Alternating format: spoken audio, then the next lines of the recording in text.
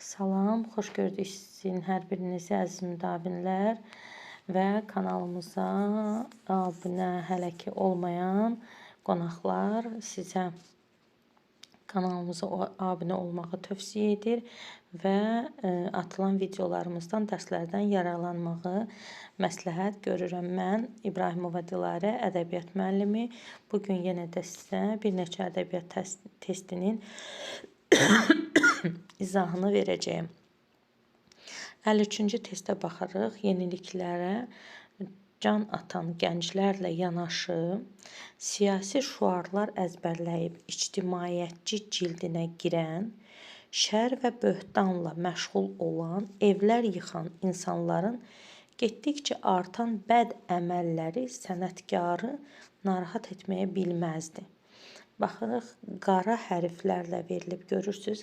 Siyasi şüarlar əzbərləyib ictimaiyyətçi cildinə girən kim idi? Mir Cəlalın Açıq Kitab əsərində bunu kimə aid eləyə bilərik biz? Biz əsasən bunu Gəldiyevə aid eləyə bilərik ki, bəzi yaltaqlıqları ilə siyasi şüarlar əzbərləyib, özünü ictimaiyyətçi göstərərək, ona buna şər böhtan ataraq müəyyən bir səviyyəyə gəlib çatmaq istəyirdi, amma bu da onda alınmayacaqdı.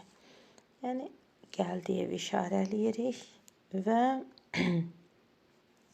Verdiyevi işarə eləyirik. Çünki Verdiyevdə müəyyən vəzifədə oturan və belə deyək də Gəldiyevin sözünə inanan bir rəhbər idi. Burada da 2 və 5 D bəndində öz əksini tapıbdır. Ona görə də biz D bəndini işarə eləyəcəyik. Muxtar Vəzirbəyli, Poladov kimi belə deyək də gözəl mühəndislər, ixtisasçılar isə Vahidin tərəfdaşları idi və onlar əslində Vahidin deyil, haqq və ədalətin tərəfdaşları idi. Vahid isə sadəcə olaraq savadlı və bilikli, həm də öz işinin mütəxəssisi olduğu üçün onlar onu dəstəkləyirdilər. Gəldik 54-cü suala. Mir Cəlalın Açıq Kitab romanının məzmunu ilə bağlı yanlış fikri. Yenə burada isə yanlış fikri bizdən istəyir. Deməli, Gəldiyevin nitqi onun necə bir xarakterdə olduğunu açıb göstərir. Bəli, Gəldiyevin nitqi əsasən də deməli əvvəl belə deyək də əvvəl etdiyi hərəkətlər, sonra isə onun digər, yəni əsərin sonuna yaxın onun digər adamlarla danışdığını və əsasən də Vəzirbəyliyə zəng etməyini və Vəzirbəylidən müsbət cavabı ala bilmədikdə müəyyən bir hərəkətlərini yəni görürük və onun öz danışığında, öz daxili aləmi ilə danışığında, nitqində onun xarakterinin necə olduğunu burada görürük.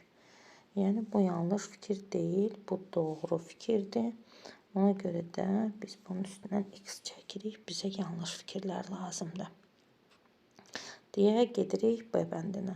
Satirik ruhla yanaşı, lirik motivlərə də rast gəlinir. Bəli, satirik ruhla yanaşı, yəni gülməlidən əlavə olaraq biz burada nə görürük? Biz burada tarizən, deməli, tarizən Rübabənin atası olan həmin o adamın